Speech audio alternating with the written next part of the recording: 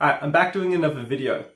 And this time I'm going to do something rather different. I'm going to remake a video I've previously made because I think I can articulate and do a lot better job now. So the other week I done a video on a different perspective of looking at children's behaviour. And I want to explain a little bit more with this.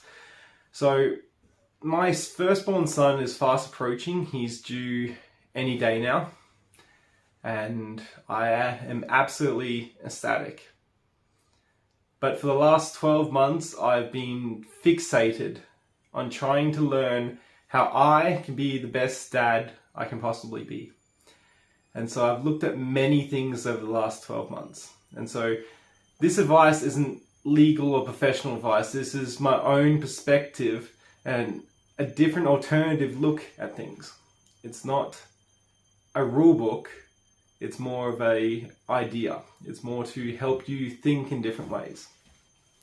And so for the past 12 months, I've been consistently asking, parents, psychologists, doctors, nurses, teachers, lots of different professions, lots of different people, as many questions as I can about kids, because I want to be the best dad I can possibly be for my kids and my partner kids. And so this is the best kind of things I've kind of stumbled upon reflecting among my own knowledge and asking lots of people questions.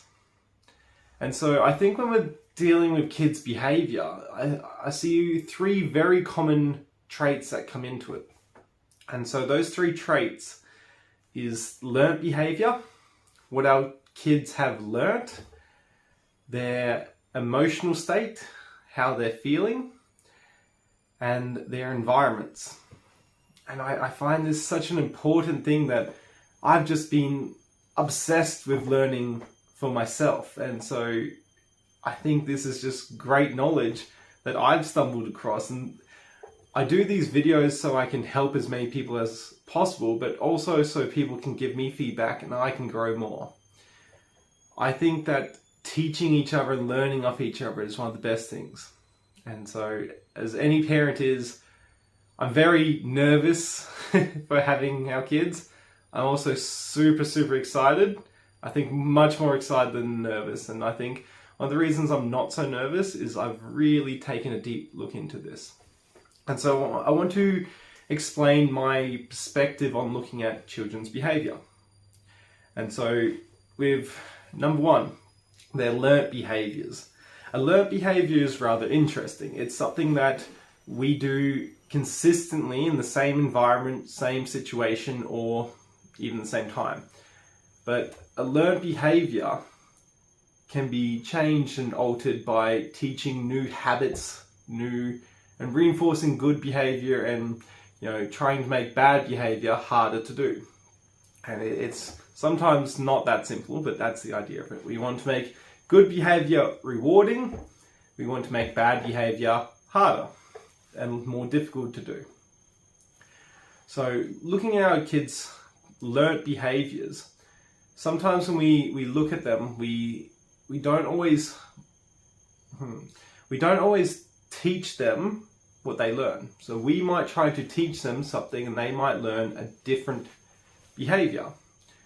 So if you get a child who screams, even when they're 3, 4, 5, or a little bit older, they scream, they cry, and they carry on at the shops, and then you give them a lolly, they learn this behaviour gets me lolly. So they repeat it. And it's not like they're trying to learn a bad behaviour on purpose. They're learning that this behaviour gets reinforced with something good. And I see this all the time, and it's something that I reflect a lot on myself as well. When we learn behaviour that gets rewarded, that isn't acceptable as such, when we're talking about kids misbehaving, they will repeat it. And so it's something to really look at. The second one, and I think this is probably one of the most misunderstood, but their emotional state. how kids are feeling. Now, this is really, really important because kids can't articulate their feelings very well. Adults can't articulate their feelings very well. We're quite horrible at actually explaining how we feel and why we feel like that. And so one thing that I notice a lot, and more so when I talk to psychologists in behaviour, especially child psychologists who deal with this all the time, and I remember asking a few different people this question. It's like, well, how do you look at a child's behaviour and how do you alter it? And they all basically have a unison answer. It's like, first you got to see how they're feeling, and then you got to change their feeling into a state where they will talk to you. Alright, so let me break that down. If you get a kid who's in an angry mood and you're yelling at them because they're misbehaving and now they're getting more angry, they're not going to yell any less. So when we're looking at our kids, we can look at how they're feeling and kind of, again, this is my perspective on things. Instead of just saying, oh, they're being naughty, they're doing this, I'm going, well, how are you feeling? And they can't answer that. So that's not a question I'd ask. They're obviously, not feeling very well. So it's like, another way of looking at it is going, well, are you feeling happy? Are you feeling sad? Do you not know how you feel? How can we make you feel a little bit better right now? And then we can address the problem when you feel that little bit better to the point where you're not just reinforcing that emotion. So again, that emotional state, I think, is very important to look at. We need to look at how our kids are feeling and why they're acting like it, because they might be having a very bad day, they might be overwhelmed, they might be tired, and if they're feeling those things, they don't know how to articulate it, so they articulate it in their behaviours. The third thing that I find super important, and me and my partner talk extensively about the environment we want to bring our kids in. We talk about what type of things they'll be allowed to watch on TV. We talk about when they're allowed to have their phone, when he gets older. We talk about how we'll talk around our kids. And we haven't got our son just yet, so he's still not born. So how perfectly this goes is another thing. Like, we all fail at everything.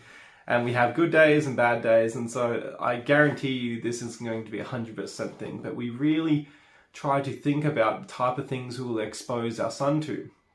Because when we're talking about the environments our kids are in, so if our kids are back-chatting us all the time, if they're sarcastic, if they're swearing, if they're doing all these type of things, one thing I think is really important to look at is to look at their environment, to look at what they're being around all the time. Are they seeing it on TV? Are they seeing it between us? One thing me and my partner talk about having kids is having, like a phrase word where if we're arguing, we'll stop and we'll have the argument later around kids. And we do this quite often, so they're not exposed to that argument. They can see how communication works. And you might find your own tricks for this. It's just being aware of what they're around. If they're around something all the time, the easiest way I can explain it is monkey see, monkey do. If they're watching TV with swearing all the time and they start swearing all the time, maybe change their environment, see if that makes a difference.